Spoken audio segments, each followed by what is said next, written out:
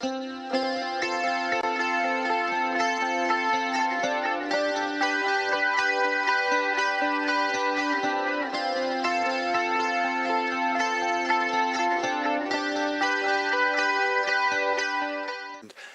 had a brand new 179/64 Premier Holden and drove at great speed and invited me down. So when I've been asked for recollections of Easter 65 in Torquay, it's from the capsule of the bubble of the front of a brand new Holden.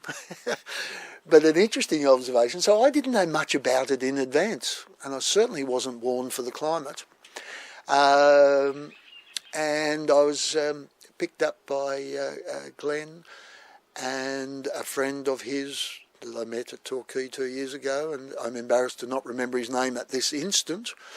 So three of us drove down, but culturally we were listening to 2SM with Ward Pally Austin as the DJ at the time, and it would have been the Thursday night ahead of the Good Friday. He picked me up after work in Sydney, Dover Heights at, say, 6 o'clock. Ward Pally Austin sent a cheerio to us on the radio, the boys that were going down to Bells, and then put on a Beach Boys song. Such was the significance of surfing just at that time, the peak of that. And we were flabbergasted.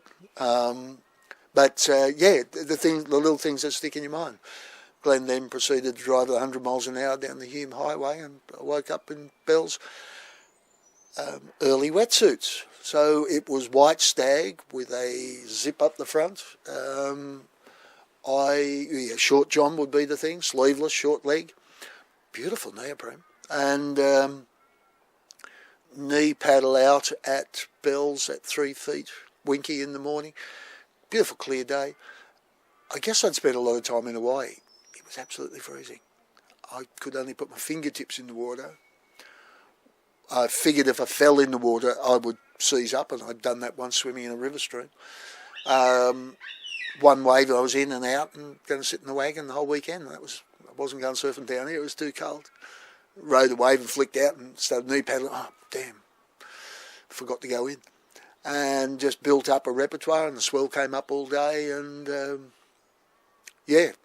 ended up being giant and stormy, and the men's final was conducted over 2.5 hours in Easter in 65. I rode, I think, the most waves, 5 waves, 2.5 hours in short johns. So amazing times. Growing up at Bondi, I wasn't a big wave rider, but if I wasn't going anywhere else, we would bus to Circular Quay and ferry to Manly and go over to Ferry Bower in big seas. It'd take a whole day, and you put a 9-foot board on a bus and a ferry. We would jump off the cliffs at Bondi and paddle out and ride waves as big as a 3-story block of flats.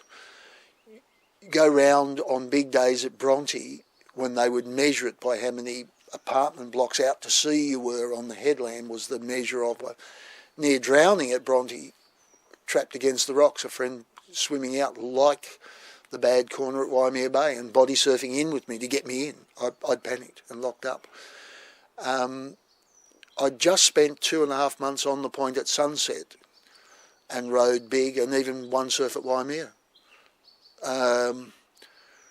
But Bells that year, they shouldn't have even called it Bells. They should have just called it Bass Strait. The swell was just going up the coast. To get out, Nat had borrowed a big board, 10-foot, 10.6, balsa gun, I think. And with his knee paddling skill, he was the only one that got out. For 20 minutes, I couldn't get off the beach with Glenn Ritchie. Apparently some other people were out, but by the time we got out, Nat was terrified. We'd esky rolled and just couldn't let go of the board. Hung on till you washed back up the beach, put a spotter on the cliff. And Glenn was a great sprint paddler, and he helped me get through the break to get out. So that weekend, one of your state champion surf club swimmers, I think it was Terry Wall, had nearly drowned. He'd been washed around to Winky Pop. So the fear of genuine harm was in there. I should point out I was in the juniors that year, and they had to cancel the juniors, so I had to go in the seniors to get a Guernsey, to get a go out. So I really recall a great deal of fear and intrepidation,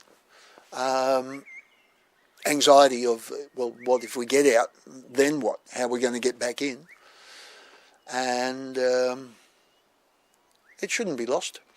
Whilst surfing, I took off on the first wave and in a sunset stance, and realised that the wave, whilst being giant, in fact had slope. It wasn't as critical a drop as sunset. So I then relaxed. I was then able to wield a cutback, and so relaxed did I become in that cutback that my brain started making the sound of a biplane, and I had this mental picture of me in an aeroplane with the sound of a motor, and I was getting that swooping as my mind game, and then started looking down the wall and banking this board over, and the faces were so large and so wide that that was what was driving me on. So the last ride, Nipper Williams took off in front of me, and I only know that because I was given the photo just recently. There was so much room on the face that it wasn't an intrusion at all. 2.5 hours in the water, I think the siren may have gone, and I then genuinely started planning to find the beach. Bell's Beach looked like a cupped hand held at the end of your arm, and I was heading towards Janjuk. I had to plan a roundhouse cutback, push it out in front of the whitewater, lay down and belly slide left to just hit the beach. The feeling of hitting the beach was euphoric. Not the fact I'd done well or anything like that, to be in. And then hypothermia started setting in. Bondi had a lot of outstanding surfers, and our cultural phenomenon was such that we couldn't tolerate a leader. There was Bluey Mays at the top, and Mick Dooley as a style leader. But coming out of Cronulla, Bobby Brown stood out, and lovely young man, very adventurous with his surfing, and shy and quiet, I suppose, other than when he had a drink in him. But I did witness a wonderful grand final of at North Avalon, and he was in the seniors, and he was judged a draw with Midget in the final. And unless one's sitting down with the judging pad and all of that, it is hard to evaluate. And at that time, they were only just starting to espouse what the criteria of a surfing contest might be. And but to us, little group of Southsiders, Bobby Brown had been sensational. And Midget was in a very conservative stylistic stage at that stage in the Phil Edwards tradition, 3 stringers and a bit more trim, and surfing beautifully, but not putting a lot of angles and turns in was what he wanted to do. And how do you judge that against Bobby, who was ferociously hot-dogging? So they sent the 2 guys out for a surf-off after a draw.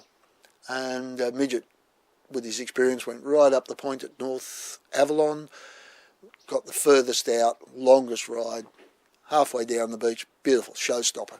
And Bobby sat out wider, caught a really large peak, dropped to the bottom in full jeopardy, did a spinner, then did a bottom turn, and the lip threw out over him, and he just went up under it and put his hands behind his back, and it went over him, and then did a cut back, and then just won it hands down. Just, it was a showstopper. So for such a lovely man to be shot down in his prime, again, My wife and I, when we were younger, would go down the south coast with he and his fiancée, about to be married, and Bobby's was the first funeral I ever went to, and yeah,